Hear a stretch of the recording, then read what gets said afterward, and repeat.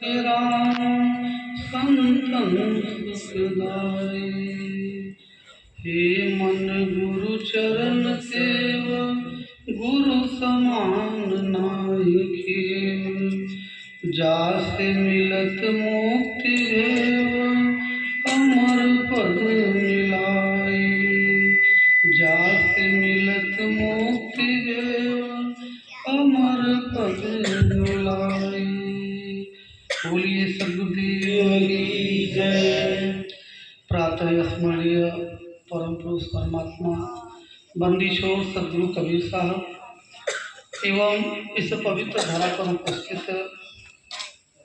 संसार को मुक्ति का मार्ग दिखाने वाले सभी संत महापुरुष, धर्म स्नेही बंधुओं, श्रद्धा मूर्ति माताएं बहनों, आज का यह परम सौभाग्य का दिन है।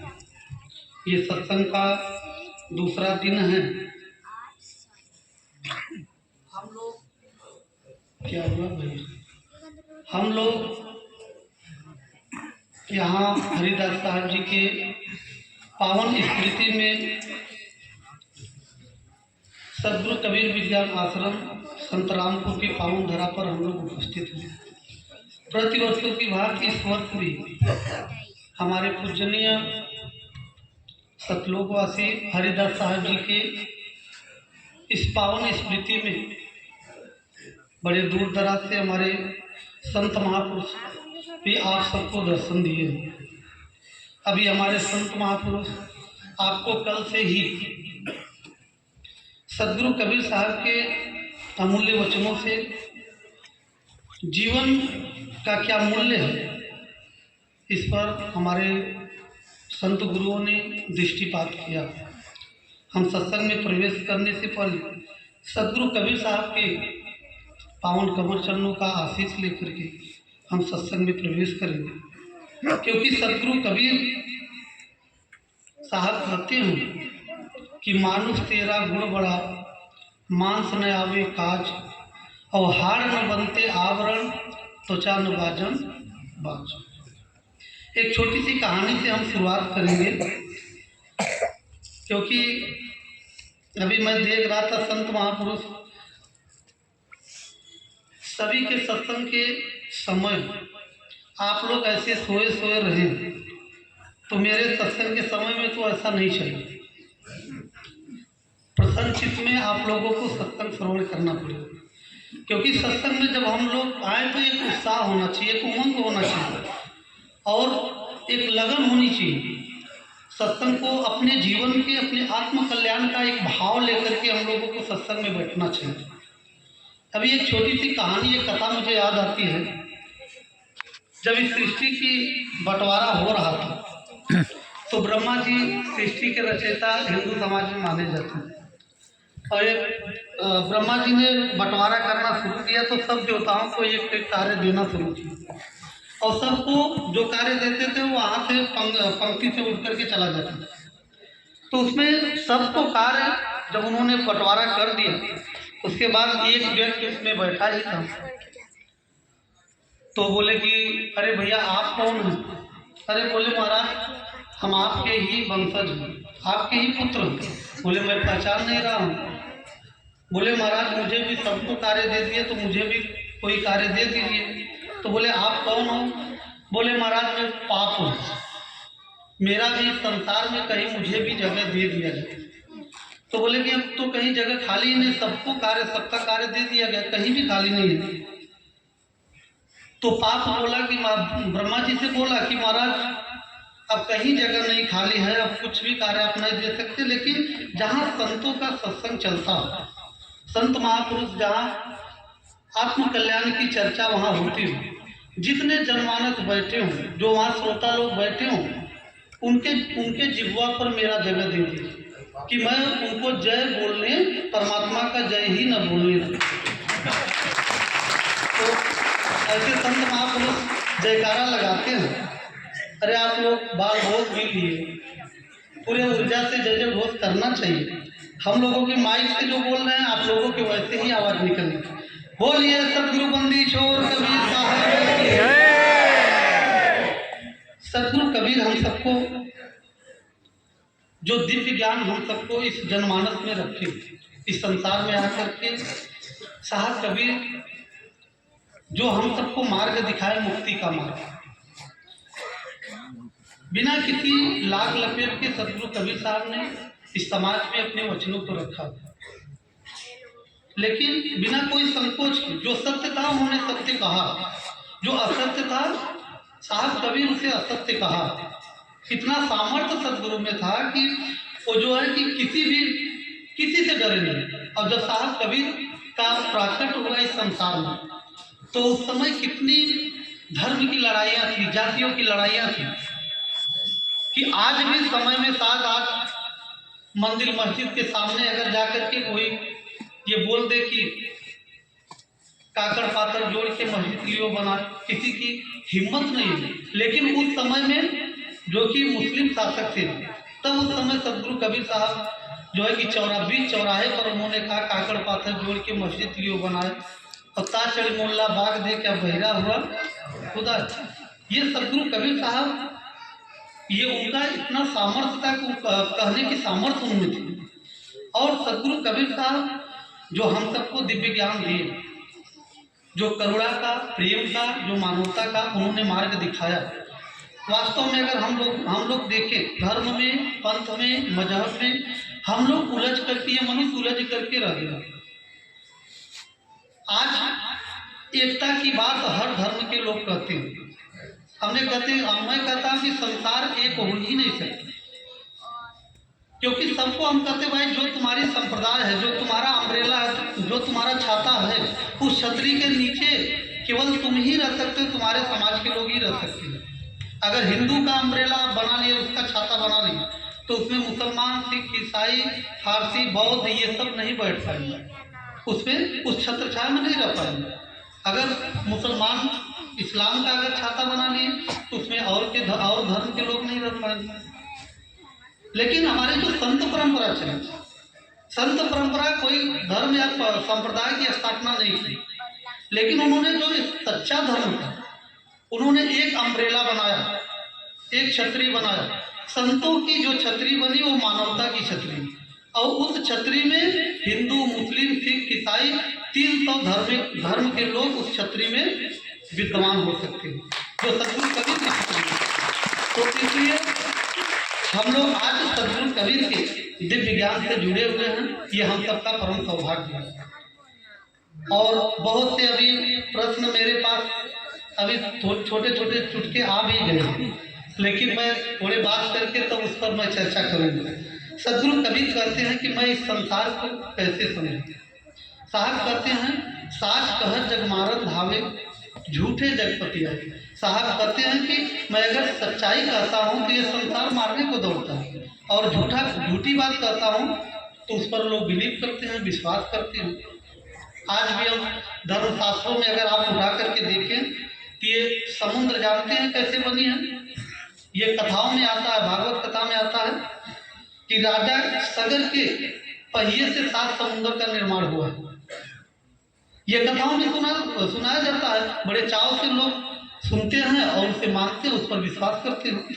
लेकिन सतगुरु कबीर साहब कहते हैं कि नहीं भाई, आप इसलिए मेरी भी बात मत मानो, इसलिए मत मानो कि कबीर ने कहा।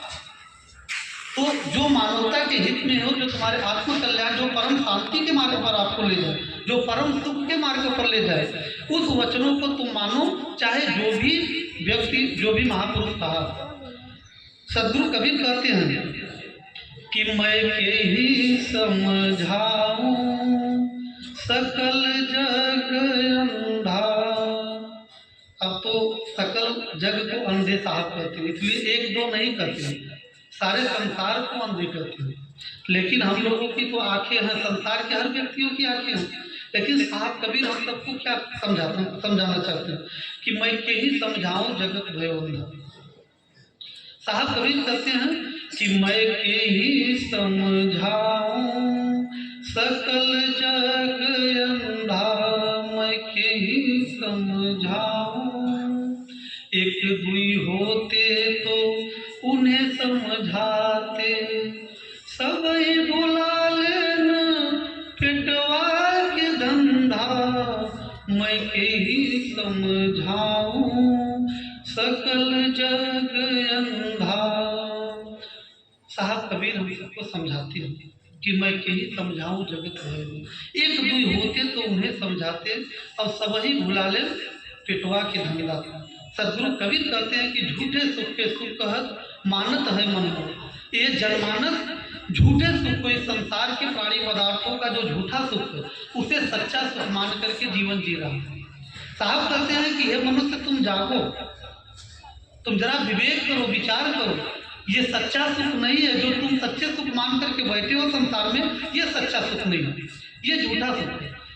ये हमारा मन मान करके बैठा है कि ये सच्चा सुख है, लेकिन साहब कबीर कहते ये झूठा सुख है। मानत है मन मोह तब जगत चबरना काल का। क्या कोई मनुष्य जो है कि ये चिंतन कभी करता है कि हम लोग चबैने हैं? ये यूपी की भाषा है, आप लोग बराबर समझ पाते हैं कि नहीं? गुजराती समझ पाते जी लोग बराबर हिंदी समझ लेते हैं, समझ। क्योंकि देखिए हमारे साहब, हमारे ऋषिकेश साहब तो जो है कि गुजरात भाषा हमारे सतमत साहब से बोल लेते हैं, लेकिन हम लोग तो भाई नहीं बोल, समझ तो लेते हैं धीरे धीरे। अब तो सब महाराष्ट्री भाषा, ज़्यादा महाराष्ट्र में जाते हैं सबको समझ लेते हैं कि क्या बात हो रही है, लेकिन बोल नहीं पाते हैं। तो अच्छा है कि जो है कि समझ लें, न ही बोले हिंदी में। अब तो धीरे धीरे हिंदी सभी समझने लगे, और क्योंकि एक भाषा का ज्ञान रखना भी नहीं चाहिए, सभी भाषाओं का ज्ञान होना चाहिए, सभी को सुनना चाहिए। नहीं तो अगर गुजरात के भाषा में समझाए तो केवल गुजरात के ही लोग जान पाएंगे। और हिंदी में बहुत से ऐसे राज्य हैं जो कि अलग अलग हिंदी को नहीं समझते हैं, लेकिन अब हम लोग क्या करें, हम लोगों का जन्म ही हिंदी भाषा में हुआ, राज्य में हुआ, इसलिए जो है हम लोग जो है कि हिंदी में ही बोलते हैं, और न गुजराती आती है न महाराष्ट्र की भाषा आती है। तो आप लोग बराबर समझते हैं, तो इसके लिए, और नहीं तो मैं बोलता ही रहूं, बस आप लोगों के ऊपर ही बातें जाए, तो कोई बोलने का, हमारा सत्संग बोलने का अर्थ ही नहीं है। तो इसलिए हम सबको सदगुरु कबीर कहते हैं हम लोग चबैने हैं। चबैने ये यूपी की भाषा, भोजपुरी भाषा। चबैना क्या होता है, जैसे शाम को जो किसान होते थे, शाम को जो चना वगैरह भून करके, जो गेहूँ चना मटर ये सब भून करके जो खाते थे, उसे चबैना कहते। तो सदगुरु कबीर कहते हैं कि हम लोग काल के चबैने हैं, लेकिन क्या हम लोग कभी स्मरण करते हैं? सुबह उठते हैं, वही माया, वही रुपया, वही पैसा, वही मकान, वही बच्चे, उन्हीं का चिंतन करते हैं। कभी मरने का ख्याल हम लोग करते हैं कि सपने में भी मरने का ख्याल आ जाए तो इतना घबराहट होती है कि भाई अरे मैं मर जाऊंगा। सत्य से लोग इतना घबराते हैं, और मृत्यु ही सत्य है, वही अर्थात है, और मरना एक दिन सभी को है। और मुझे तो, मैं बहुत से हमारी मजबूत अंदर से स्ट्रांग बहने, बहुत से बहने हैं जो कि उनके, हम तो उनको हृदय से धन्यवाद दूंगा कि बहुत से हमारी बहनें ऐसी हैं बिहार में, यूपी में, कि उनके पति जी बहुत कम समय में उनका शरीर त्याग करके चले गए, 50 साल 45 साल, लेकिन गुरुजनों ने उनको इतना पक्का बना दिया है, इतना मजबूत कर दिया है कि मैं सोचा कि बहुत कम उम्र में शरीर छूटा तो मैं कैसे सांत्वना उनको दूँ, कैसे शांति। जब मैं फोन किया तो अपने कितने प्रकाश का साहब जी और भी आचार्य गुरुओं की शिष्या रही, वो बहाना लोग मुझे ही जो है कि समझाने लगे, और पति जी के मरने के बाद एक भी आंसू नहीं निकले। हमने कहा वरना समाज क्या कहेगा? बोले मुझे समाज का फिक्र नहीं है साहब। जब संत गुरुजन समझाते हैं कि मृत्यु के बाद जो आत्मा से जो लगाव होता है, मृत्यु के बाद अगर हम दुखी होते हैं तो वो आत्मा भी दुखी होती है। तो मृत्यु सत्य है, शरीर तो यही है, हम रो तो किसके लिए हुए? इस शरीर से तो नाता है, रिश्ता है, तो शरीर तो रहता है, उसमें से जो ऊर्जा है, जो शक्ति है, जो जीवात्मा है, उसमें से निकल जाती है। तो हम सबको हमेशा ये चिंतन करना चाहिए, मनन करना चाहिए कि एक दिन ये यमराज हमेशा निरंतर कटारी लेकर के ये हमारे सर पर खड़ा हुआ है। ये कब हमारा ये प्राण छीन लेगा, कोई गारंटी इसका। इसलिए सदगुरु कबीर समझाते हैं कि श्वास श्वास को मिलन करो, व्यर्थ श्वास मत हो, और ना जाने के श्वास का आमन हो न हो।